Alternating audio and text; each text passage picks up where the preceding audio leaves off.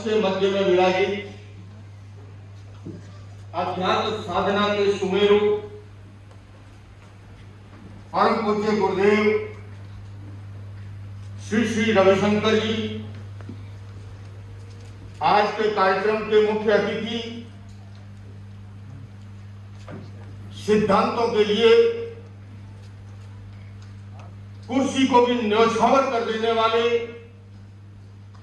ऐसे केरला के माननीय राज्यपाल भाई आरिफ मोहम्मद खान जी, देश के लिए अपना सर्वस्व न्यौछावर करने के लिए भारत माता के महान सपूत उत्तराखंड के माननीय राज्यपाल लेफ्टिनेंट जनरल गुरमीत सिंह जी, गुजरात की धरती जहां पर भगवान महावीर की अहिंसा को महात्मा गांधी ने आगे बढ़ाया, उस प्रदेश से आने वाले अहिंसा विश्व भारती के प्रति अतिरिक्त स्नेह रखने वाले केंद्रीय मंत्री डॉक्टर भाई पुरुषोत्तम रूपाला जी, आज के कार्यक्रम में पूज्य गुरुदेव के साथ, जैसा मैंने कहा कि एक अवार्ड आत्मा को स्वस्थ बनाने वाले के समर्पित पूज्य गुरुदेव को, तो दूसरा अवार्ड शरीर को स्वस्थ बनाने वाले डॉक्टर अजीत गुप्ता जी को, ऐसे पार्क हॉस्पिटल ऑफ ग्रुप के चेयरमैन, और मैं ये कहूंगा विश्व शांति केंद्र के आधार स्तंभों में से एक ऐसे डॉक्टर अजीत गुप्ता जी, आज के हमारे कार्यक्रम के स्वागताध्यक्ष, जो कि जैनों की सबसे पावरफुल संस्था जीतो जेटीएफ के चेयरमैन भी है, और उसी तरह से विश्व शांति केंद्र का दूसरा मजबूत आस्था आधार स्तंभ है ऐसे डॉक्टर विनोद दुगड़ जी। और उसी के साथ साथ समारोह में मैं देख रहा था, सामान्यतः एडीसी साहब का निर्देश होता है प्रोटोकॉल की पालना, मैं कभी प्रोटोकॉल का भंग नहीं करता हूं, पर बीच बीच में जो ही कुर्सी खाली होती गई, मैं राज्यपाल जी से पूछता गया क्या किया जाए, उन्होंने कहा जो आप चाहो वो कर दिया जाए। मैंने कहा आप लेफ्टिनेंट जनरल गुरमीत सिंह जी से पूछ लो, बोले जो मैंने कह दिया वो उन्होंने ही कह दिया।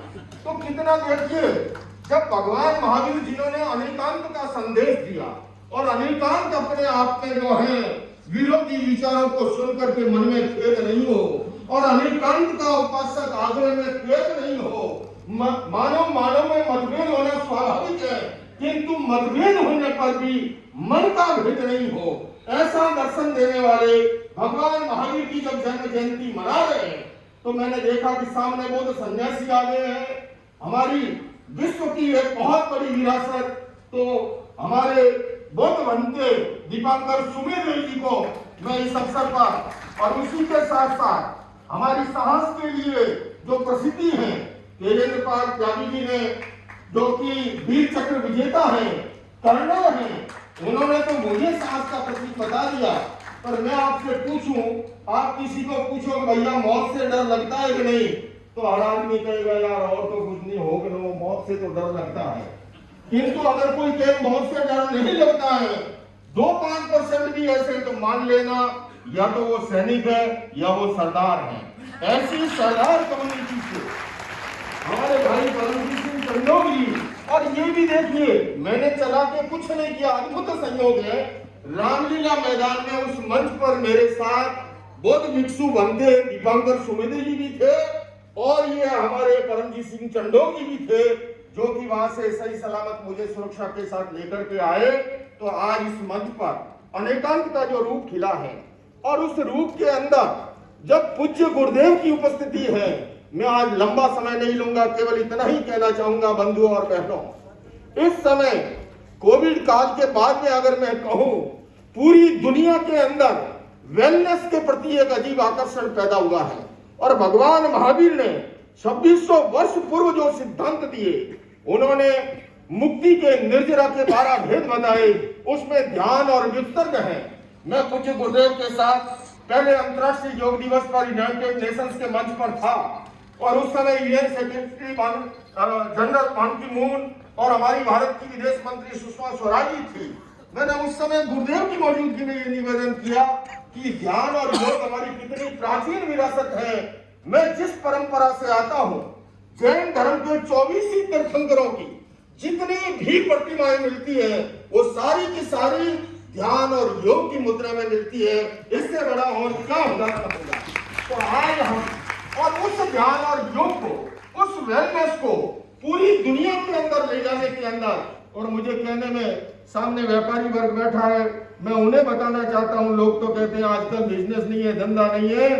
बंधुओं, वेलनेस सबसे बड़ा उद्योग बन गया है पूरे विश्व का। पूरे विश्व में आज आयुर्वेद के प्रति, योग के प्रति, वेलनेस के प्रति, ऑर्गेनिक के प्रति जो आकर्षण पैदा हुआ है, आज अपेक्षा इस बात की है कि उसको लेकर के। दूसरे में मैं कहना चाहूंगा, भगवान महावीर ने जिस अहिंसा का संदेश दिया, कर्नल टीबी त्यागी जी कह रहे थे, लेकिन मैं उन्हें यह भी निवेदन करूं, रामलीला मैदान में मैंने कुछ नहीं किया। महावीर का यह सिद्धांत है कि अभय हुए बिना कोई अहिंसक नहीं हो सकता।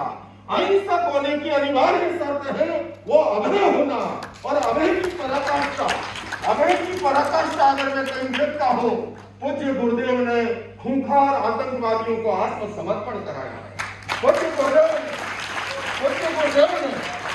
गुरुदेव ने नक्सलवादियों को जो है हथियार सरेंडर कराए हैं, और इसलिए आज अंतर्राष्ट्रीय अहिंसा पुरस्कार उन्हें छू करके पुरस्कार स्वयं सम्मानित हो गया। ये कहते हुए कोई डॉक्टर अजीत गुप्ता जी के बारे में, वो इतने संकोचशील स्वभाव के हैं कि वो न तो अपना कहीं प्रचार करते हैं, न कहीं बताते हैं। अभी देखिए, मुझे फोन आया कि मुझे बोलने के लिए बोल मत देना। मैं तो हाँ, मुझे बोलने के लिए बोल मत देना, आप मुझे खड़ा मत कर देना। मैंने कहा आप देखिए, पर बोले नहीं मैं नहीं बोल पाऊंगा।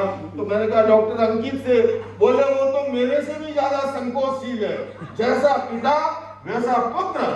किंतु बंधुओं, फक्र के साथ आपको बताना चाहता हूँ, भारत सरकार की जो आयुष्मान योजना को प्राइवेट अस्पताल में सबसे पहले जिन्होंने लागू किया वो पार्क हॉस्पिटल है।